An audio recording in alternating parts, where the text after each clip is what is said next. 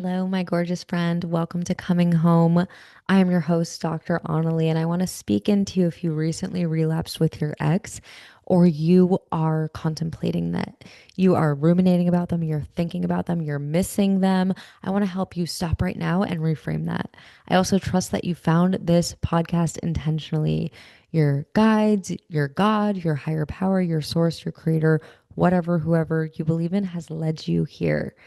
When we pray, when we set an intention, when we want to heal something, our higher power will move us and rearrange us to be in the perfect place at the perfect time to receive the information we need to heal something. You might come in contact with the perfect mentor, the perfect book, the perfect podcast, the perfect thing on TV, the perfect interaction.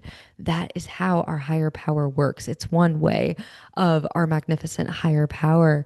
And so this has landed for you into your inbox, into your space, because I want to reassure you that your relapse with getting back with an ex, talking to them, sleeping with them again, it is not a mistake. And you did not move 2 steps backwards. You actually moved forwards. In recovery, in my sobriety journey, I had a relapse. After 6 months of working a solid program, I relapsed for 2 months. At first, the relapse was okay, just like when you get back with a toxic ex.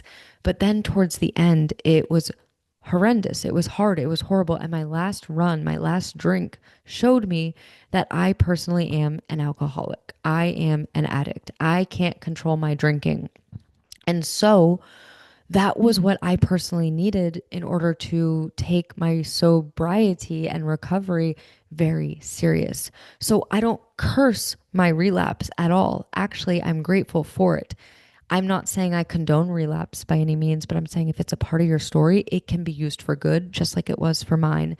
Just like all the relapses I had with my situationship, narcissistic ex, even the ex who moved out, I had a relapse with that person. I knew deep down I was never going to fully marry this person or be with them because they were able to just move out on me with no warning. And that told me that they would do that to their family, even if we had kids.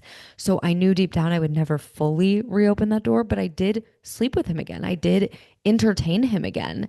And my situationship of 5 years, that was on and off for so long, an avoidant kind of relationship that I was in. I relapsed many times, but each relapse was getting me closer towards the clarity I needed to finally be done. I have worked with hundreds of private clients, thousands of people over the past 8 years in my career, and I have only seen relapses help you. They are your clarity to show you right in front of your face how painful this relationship is, how unhealthy this person is for you, how you never get the response, the reaction, the behavior that you keep hoping for when you relapse with them. It doesn't exist and they are not changing. Take this with a grain of salt. Use your own discernment. But how did it feel when you reached back out or you let them back in? And not just in the moment or before it happened, but after the fact. After the fact, don't you always feel a hangover?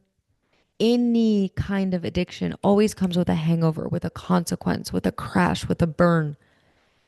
But instead of beating yourself up and feeling weak and feeling like, oh my God, I was making all this progress and now I just did that and I can't believe it. What if you did that on purpose? What if that was what you needed to do to stop ruminating, to squish the idea of being with them? What if that was your step one in a recovery program, admitting you're addicted to this person and they're not healthy, they're not right for you, they're not good for you? What if that's all this was about? What if you don't curse the crash?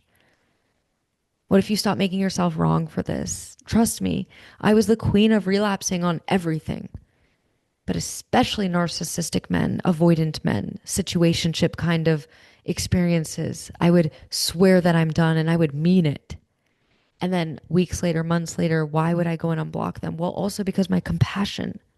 One of the reasons we'll be attracted to narcissistic and avoidant kind of relationships and entertain situationships, which are so low self worth, is because the person that we keep having the experience with, we have compassion for them for some reason.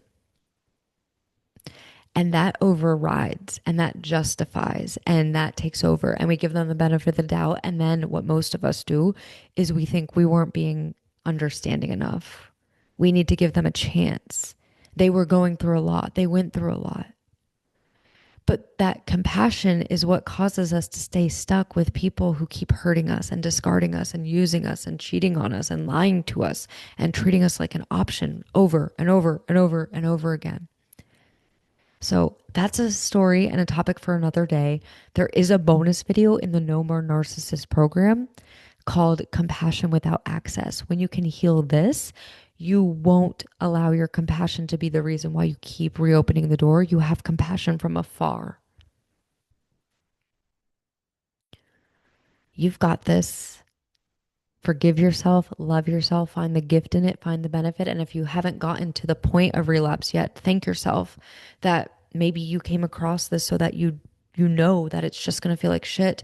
I would pull out your journal and I would actually do this. And this isn't just like a good idea. Like actually go pull out a sticky pad or whatever you can and actually write down what happens every time when you get back with them or unblock them.